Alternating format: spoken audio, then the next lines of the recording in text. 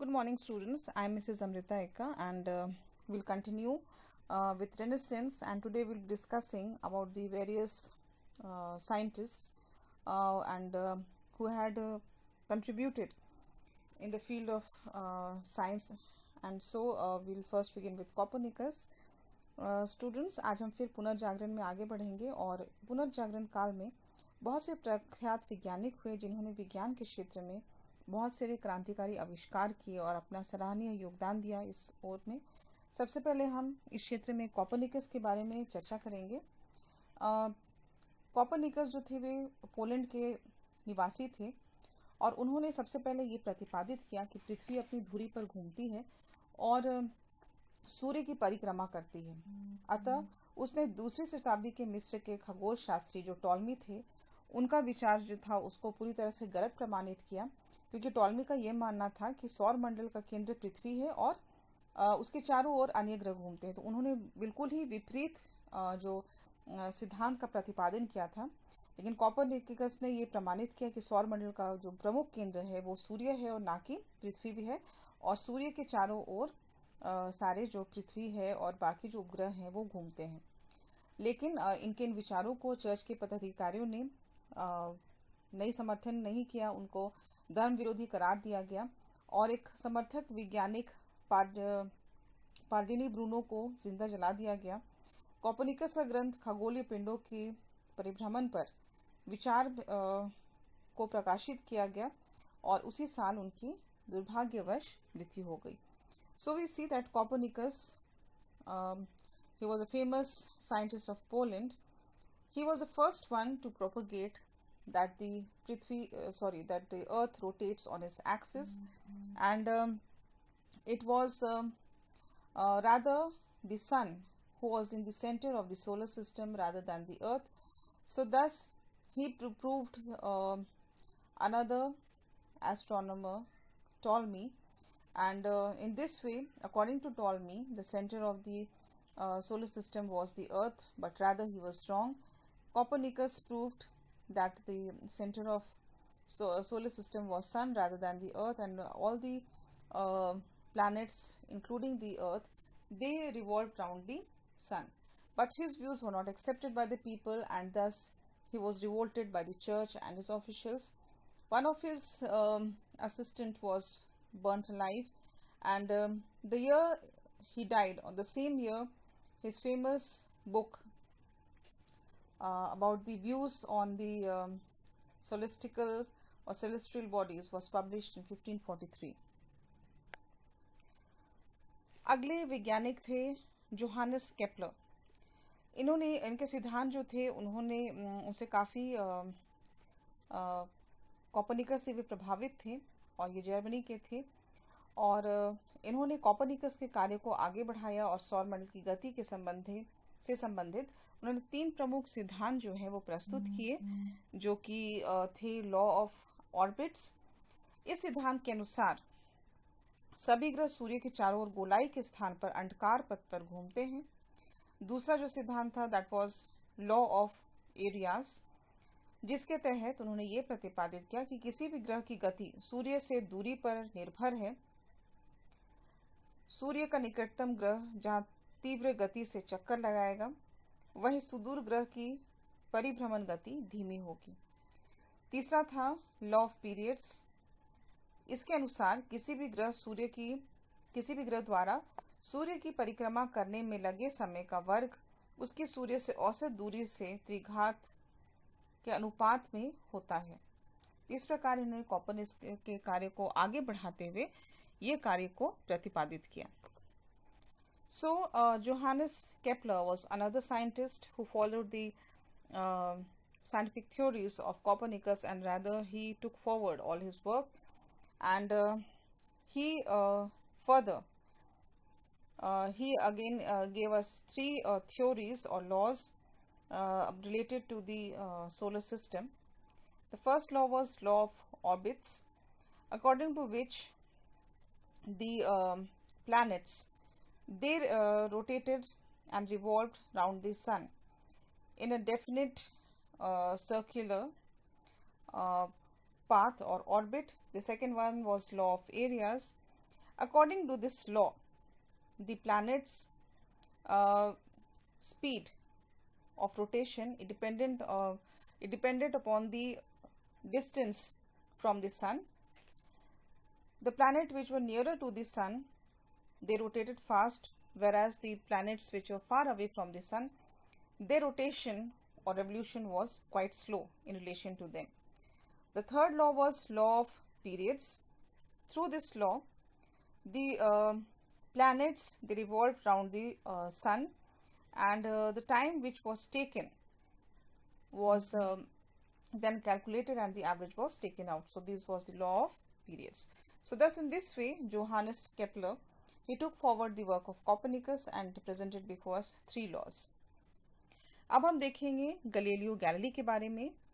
Galileo Galilei जो थे, ये एक इटली के पुनर्जागरण युग के एक बहुत महानतम वैज्ञानिक थे और बहुत सारी चीज़ों का उन्होंने आविष्कार किया। उन्होंने पेंडुलम वाली घड़ियों का आविष्कार किया और उसके प्रयोगों द्वारा अरस्तु के सिद्धांत के विपरीत ये भी प्रमाणित किया कि वस्तुओं के गिरने के समय पर भार पर कोई प्रभाव नहीं पड़ता है। पीसा की मीनार से उन्होंने हजारों दर्शकों के सामने 100 पाउंड एवं 1 पाउंड के 2 गोले एक साथ गिराए और वे गोले एक साथ ही जमीन पर गिरे। इस प्रकार उन्होंने अपनी बात को साबित किया।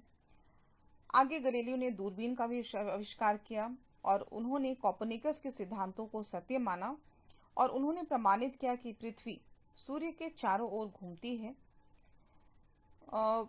वृद्धावस्था में गैलीलियो पर मुकदमा चलाया गया और उसे धर्म विरोधी घोषित किया गया और चर्च का को भाजन बना। उसे अपने विचारों को वापस लेने के लिए विवश किया गया, लेकिन गैलीलियो ने इनकार कर दिया। कुछ समय पश्चात उनका वे नेत्रहीन हो गए और इस कष्टकारी वृद्ध अवस्था में इस महानतम वैज्ञानिक की मृत्यु हो गई। लेकिन भौतिक शास्त्र के क्षेत्र में इस वैज्ञानिक का बहुत बड़ा योगदान रहा है और वायु माप यंत्र का भी आविष्कार गैलीलियो द्वारा ही किया गया है। So now we'll see about Galileo Galilei, who was another very big scientist of Italy, and in the Renaissance phase he had contributed a lot of things.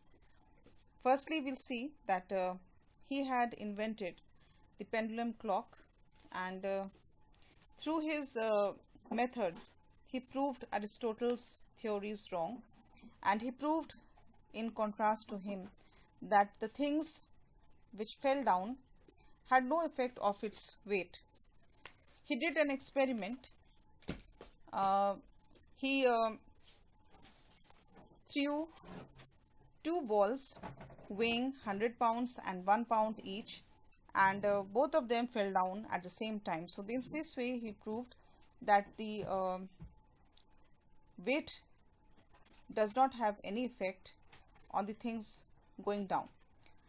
Further, Galileo, he invented the telescope for his world renowned.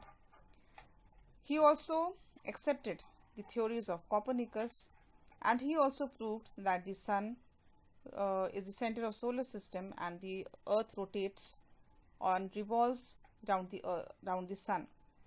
In his later time, his views were not accepted. He was revolted by the church, and cases were filed against him, but he did not give up and did not accept. In the later ages, during his old age, he became blind, and in this difficult time, this great scientist died. In the field of science and technology, he has a great contribution, and thus Galileo is considered as one of the biggest scientists in the Renaissance era.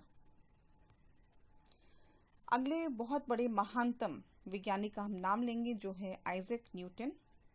England के इस महान वैज्ञानिक ने गुरुत्वाकर्षण का सिद्धांत प्रतिपादित किया और उन्होंने ये सिद्ध किया कि हर वस्तु पृथ्वी की गुरुत्वाकर्षण शक्ति के कारण ही उसकी ओर खींचती है। न्यूटन ने केपलर के कार्यों को आगे बढ़ाया और गणित की सहायता से उन्होंने सिद्ध किया कि वे सभी खगोलीय पिंड गुरुत्वाकर्षण के अंतर्गत यात्रा करते हैं। Another well-known and renowned scientist, Isaac Newton, who is world famous, of England, he propagated theory of gravity, law of gravity, and according to this law, every article on Earth is uh, attracted by gravitational force, and thus it falls down.